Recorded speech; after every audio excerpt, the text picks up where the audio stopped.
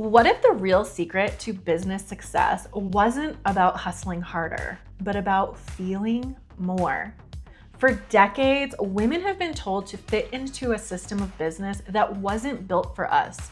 A masculine model that values logic over intuition, hustle over rest, and suppression of emotion over true connection. And yet, it's left so many of us burnt out, unfulfilled, and second-guessing ourselves. But I believe it's time to create a new paradigm for success, one where feelings aren't seen as a weakness, but as our greatest strength. In today's episode, I'm sharing two personal stories that completely changed how I see emotions in business. One from my very first job in a male-dominated office, and one from my coach training surrounded by women. Together, they revealed to me just how powerful it is when we stop apologizing for our feelings and start leading with them instead. By the end of this episode, you'll see why your emotions aren't in the way of your success. They are the way. So let's dive in. This is Super Bloom Coach, the podcast for ambitious women ready to 10x their business and their life. I'm your host, Mariah Riona, award-winning luxury brand designer and certified life coach. And every week, I'll be here as your Super Bloom coach, helping you ditch the limiting beliefs that are keeping you stuck, small, and broke. We'll dive deep into the mindset, marketing, and strategy that actually moves the needle. Plus, have candid conversations with powerhouse women entrepreneurs who are blooming big in their own businesses. If you're ready to grow, you're in the right place. So, let's talk about why feelings, not hustle, are the key to business success. All right, so old business advice used to tell us, work harder, push through, and don't let your feelings get in the way. But here's the truth, okay? That old advice, you have to know, we have been trying to succeed in a system built by men for men, and it's burning us out, okay? As women, for the longest time, we weren't even allowed to build businesses.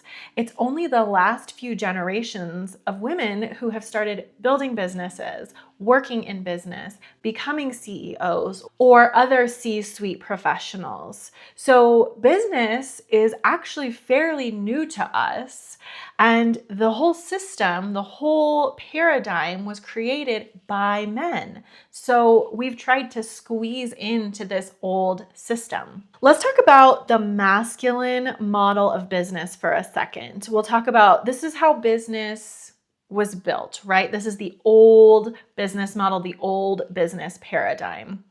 It prioritized hustle over rest. It prioritized logic over intuition.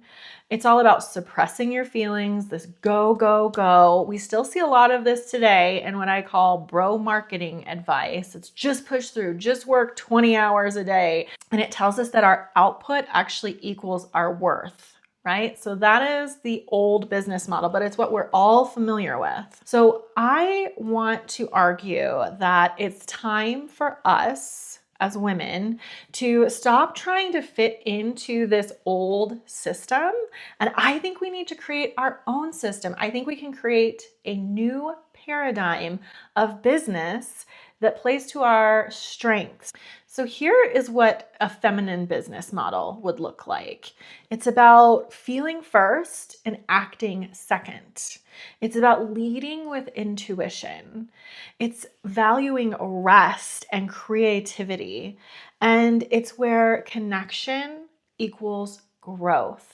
Women are very good at connecting. We're very good at supporting one another.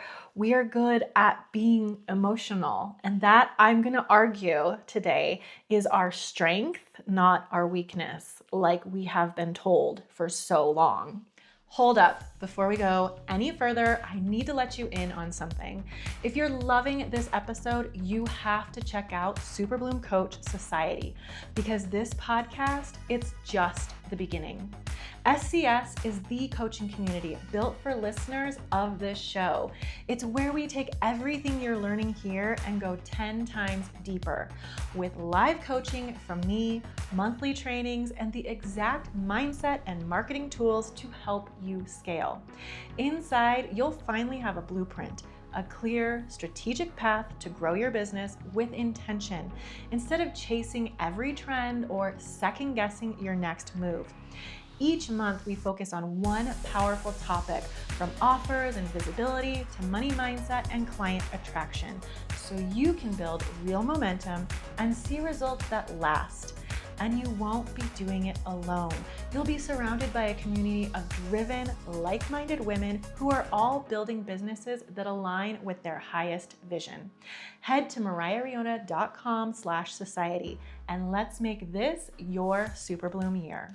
So I want to tell you a quick story about my first and only ever salaried job. Right out of design school, I got my first job at an agency, and I was actually the only woman in the office. There were 4 other guys, and I was the only woman. There were other women in the business, but not in our local office. So one thing that I had always heard and always been told growing up was, as a woman especially, never cry at work because it's a sign of weakness. You don't ever want your boss to see you cry. Like, even if you're upset, you need to excuse yourself and go have feelings elsewhere, right? It's very offensive in business. So that was just something always in the back of my mind. But life happens, and as you know, your job is a big part of your life. And one morning when I was working there, I woke up and I got a call from my parents' dog sitter. The dog had escaped, and my parents and I lived in the same town at the time. And she was very timid when she called me, and she just said, "Hey, I just wanted to know if you came and picked Maggie up. I went to go feed her and she wasn't there." And I was in panic, and I met the dog sitter. We searched the area for like an hour, couldn't find the dog. And then I went into work that morning and I was frazzled. My precious little dog, my little 8-pound Yorkie, our family dog, she was gone. I had no idea where she had gone. Well, just, typical day, I walk in the office and very innocuously, my boss asked, "Hey, how's it going?" And I burst into tears. I was so upset. And I remember him just like across from his desk, just looking at me like totally stunned. He just didn't know how to deal with it. He was shocked. But he actually was such a great guy, and he was just a really great boss. And, at first he was shocked, but he was such a kind person. He rallied our whole team there at the office, and we spent our lunch break scouring the area where my dog had gone missing. We didn't personally find her, but she was found, I want to say 24 hours later. She came home. It has a happy story, or a happy ending. But yeah, I remember in that moment just being so aware of my emotions and being in this very masculine environment and trying to fit into that, and navigating that. And that was my whole experience there. But this one story really, really stood out to me as sort of that different ways that we connect and interact. So I want to argue, this old idea of never cry at work, never show your emotions. We get called irrational. We have been told that this makes us less as women. It's a subtle way to tell us that we're not quite as good, right? At business, at doing our jobs, right? But I want to actually argue that this is our superpower. Our emotional intelligence and our ability to feel our feelings actually allows us to connect on a very deep level.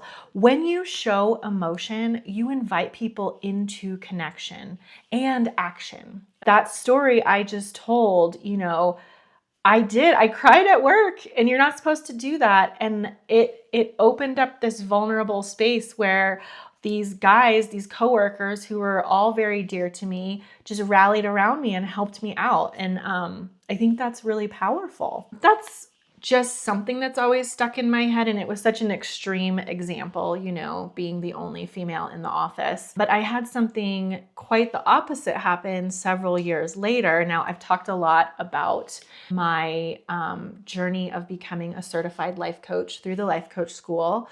I went out to Miami and I got certified with Brooke Castillo. It was a 5-day intensive where we basically coached our faces off, and it was amazing. And I was nervous. I went there. I didn't know anyone. I had no connection with anyone that was going to be there ahead of time. So I literally just showed up in this room. It was all women. I felt like that was like a really great environment to be in for this coaching retreat, because the very first woman, who I've told this story before, actually is now my dear friend and client, Lindy Yoshida. She raised her hand to be coached first, and I don't even think she could get the first sentence out, and she had tears welling up in her eyes. I looked around that room, and by the end of her telling her story, half of us were crying, and we were all connecting deeply with her. All of us were strangers, and it immediately allowed this space for this deep connection. Over the next 5 days, it just got deeper and deeper.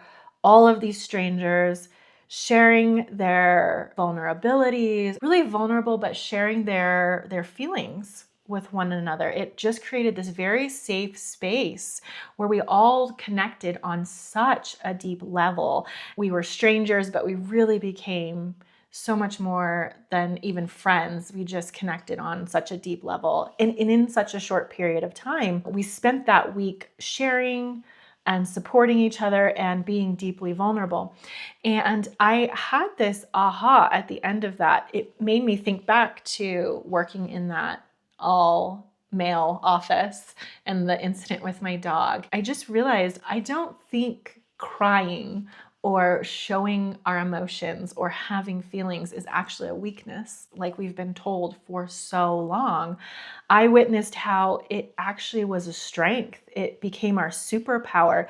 This way we were able to be so vulnerable at times and then, be so supportive of those who were being vulnerable. And we all sort of took turns being on both sides of that. So the truth is that emotional openness creates trust, it creates collaboration and transformation, and it actually does it fast. We spend so much of our lives putting masks up and trying to appear a certain way to the world, really hiding a lot of our inner lives.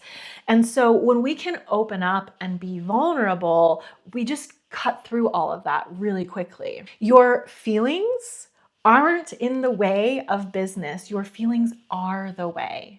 So here's the truth. Most of us are living at the effect of our feelings every single day, and we don't even realize it. That truly is the power of the model and coaching and mindset work, which is why I'm so passionate about it. When you have no idea, when you're just going through your day-to-day feeling victimized or at the effect of the world or outside circumstances, it's a really dark way to live. I know I was there for a long time. Having this mindset work, having the model, having the awareness that you, in fact, can change your thoughts and have thoughts that serve you. You can choose better thoughts.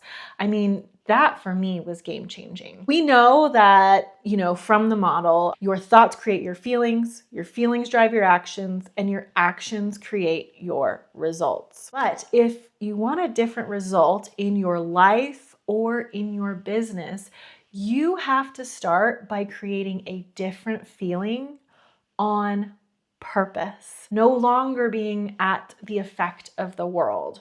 Right? You want to choose your feelings on purpose. The very best news is that you actually have the ability to feel what you choose to feel at any time. You have that power, and that is an incredible power. Before you take your next big action, I want you to ask, what would it feel like to already be her? That version of yourself you dream of becoming. For me, it's $1 Million Mariah. If you can put yourself in that place and start to feel into it, everything in your life starts to change. You choose the feeling first and then you act from it. See, the problem is that most people, they try to achieve the result because they think that result is going to give them the feeling that they're longing for. But you can actually choose that feeling right now. And inside Super Bloom Coach Society, we're actually talking about feelings all month. And I just did the training and I was talking about how having the ability to create the feeling ahead of time actually makes the results come so much faster and so much easier. This has been my personal experience. If you're ready to take what you've learned here and shift into the mindset that creates the business and the life you've been dreaming about, I am the business coach who will get you there. Inside of my Super Bloom Coach Society, we will work together every step of the way to rewire the way you think about yourself, your money, and your business, so you can make confident decisions, take bold action, and create results that 10x your impact, income, and influence. Join me at mariahriona.com/society and be sure to subscribe so you never miss an episode of Super Bloom Coach.